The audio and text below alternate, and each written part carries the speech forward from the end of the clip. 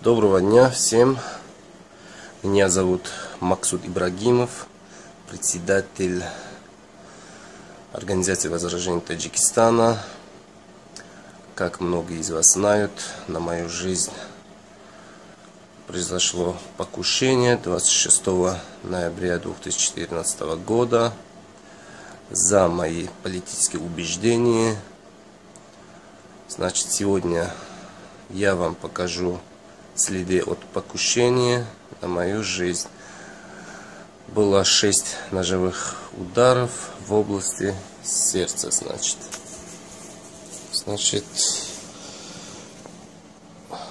вот это следы от ножа, как я говорил, 6 ножевых ударов было.